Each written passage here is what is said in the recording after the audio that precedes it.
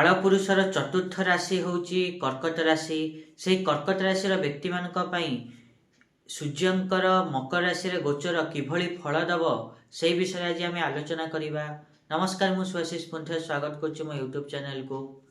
ଆଜି ଆମେ ଆଲୋଚନା କରିବା କି ସୂର୍ଯ୍ୟଙ୍କର ଯେଉଁ ମକର ରାଶିରେ ଗୋଚର ହେବ ତାଦ୍ୱାରା କର୍କଟ ରାଶିର ବ୍ୟକ୍ତିମାନଙ୍କୁ କିଭଳି ଫଳ ମିଳିବ ସେ ବିଷୟରେ ତ ଡିଟେଲ୍ସରେ ଆଲୋଚନା କରିବା। ତା ପୂର୍ବରୁ ସବୁବେଳେ ଗୋଟେ ରିକ୍ୱେଷ୍ଟ କରିବାକୁ ଚାହିଁବି କି ଯେଉଁମାନେ ବି ଏଯାଏଁ ଚ୍ୟାନେଲକୁ ସବସ୍କ୍ରାଇବ୍ କରିନାହାନ୍ତି ସବସ୍କ୍ରାଇବ୍ କରନ୍ତୁ, ଆଉ ପାଖରେ ଥିବା ବେଲ୍ ଆଇକନ୍କୁ ମଧ୍ୟ ପ୍ରେସ୍ କରନ୍ତୁ, ଯାହାଦ୍ୱାରା କି ମୁଁ ଆଗକୁ ଯାହା ବି କିଛି ଭିଡ଼ିଓ ଦେବି ତା ନୋଟିଫିକେସନ୍ ଆପଣମାନଙ୍କୁ ଠିକ୍ ସମୟରେ ମିଳିଯିବ।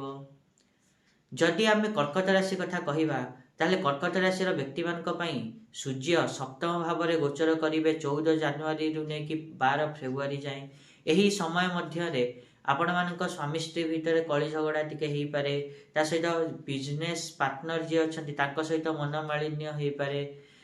କିନ୍ତୁ ଗୁରୁଙ୍କର ନବମ ଦୃଷ୍ଟି ସୂର୍ଯ୍ୟ ଏବଂ ମକର ରାଶି ଉପରେ ପଡ଼ୁଥିବାରୁ ଏହିସବୁ ସମ୍ପର୍କରେ ସେ ସବଳତା ପ୍ରଦାନ କରିବେ, ଅର୍ଥାତ୍ ପାର୍ଟନରସିପ୍ ହଉ କି ସ୍ୱାମୀ ସ୍ତ୍ରୀ ଭିତରେ ହଉ ସମ୍ପର୍କକୁ ବାଲାନ୍ସ କରିବାକୁ ଚେଷ୍ଟା କରିବେ ଗୁରୁ।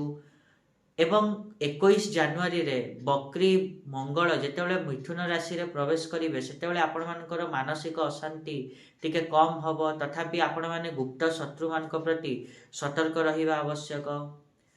ଏବଂ 24 ଜାନୁଆରୀରେ ଯେତେବେଳେ ବୁଧ ମକର ରାଶିରେ ପ୍ରବେଶ କରିବେ ସେତେବେଳେ ସୂର୍ଯ୍ୟ ଏବଂ ବୁଧଙ୍କ ଭିତରେ ଯୁକ୍ତି ହୋଇ ବୁଧାଦିତ୍ୟ ଯୋଗ ସୃଷ୍ଟି ହେବ, ଯାହାଦ୍ୱାରା କି ଆପଣମାନେ ଦେଖିବେ କି ଆପଣମାନଙ୍କର ଯେଉଁ ସ୍ୱାମୀ ସ୍ତ୍ରୀ ଭିତରେ କଳି ଝଗଡ଼ା ଥିଲା ସେଇଥିରେ ତାଳମେଳ ଆସିବ। ଯେଉଁ ବିଜନେସ୍ ପାର୍ଟନର ସହିତ ସମ୍ପର୍କ ମଧୁର ହେଇପାରିବ, ସ୍ୱାମୀ ସ୍ତ୍ରୀ ଭିତରେ ସମ୍ପର୍କ ମଧୁର ହେବାକୁ ଲାଗିବ। ତା ସହିତ 24 ଜାନୁଆରୀରେ ହିଁ ସୂର୍ଯ୍ୟ ଶ୍ରବଣ ନକ୍ଷତ୍ରରେ ପ୍ରବେଶ କରିବେ, ଯାହାଦ୍ୱାରା କି ଆପଣମାନଙ୍କୁ ପରିବାରର ବଡ଼ ଲୋକଙ୍କ ଠାରୁ ପରାମର୍ଶ ମିଳିପାରିବ, ଭଲ ପରାମର୍ଶ ମିଳିବ।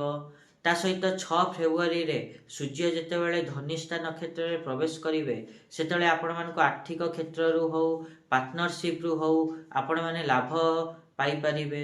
କିନ୍ତୁ ଯଦି ବି କିଛି କୋର୍ଟ ପେପରରେ ସାଇନ୍ କରୁଛନ୍ତି ତାହେଲେ ଭାବିଚିନ୍ତି ଦେଖି ଚାହିଁ ସାଇନ୍ କରନ୍ତୁ। ଏତ ଥିଲା କର୍କଟ ରାଶିର ବ୍ୟକ୍ତିମାନଙ୍କ ପାଇଁ 14 ଜାନୁଆରୀରୁ ନେଇକି 12 ଫେବୃଆରୀ କିପରି କଟିବ ସୂର୍ଯ୍ୟଙ୍କ ଗୋଚର। ଆଶା କରିବି କି ମୁଁ ଯାହା କହିଲି ଆପଣମାନେ ଠିକ୍ରେ ବୁଝିପାରିଥିବେ। ଆଉ ଯଦି ଭିଡ଼ିଓ ଭଲ ଲାଗିଛି ତାହେଲେ ନିହାତି ରୂପେ ଭିଡ଼ିଓକୁ ଲାଇକ୍ କରନ୍ତୁ, ସେୟାର କରନ୍ତୁ, ଆଉ ଚ୍ୟାନେଲକୁ ସବସ୍କ୍ରାଇବ୍ କରିବା ପାଇଁ ଜମା ଭୁଲନ୍ତୁନି। ଆଜି ପାଇଁ ଏତିକି, ଦେଖା ହେବା ନେକ୍ସଟ ଭିଡ଼ିଓରେ।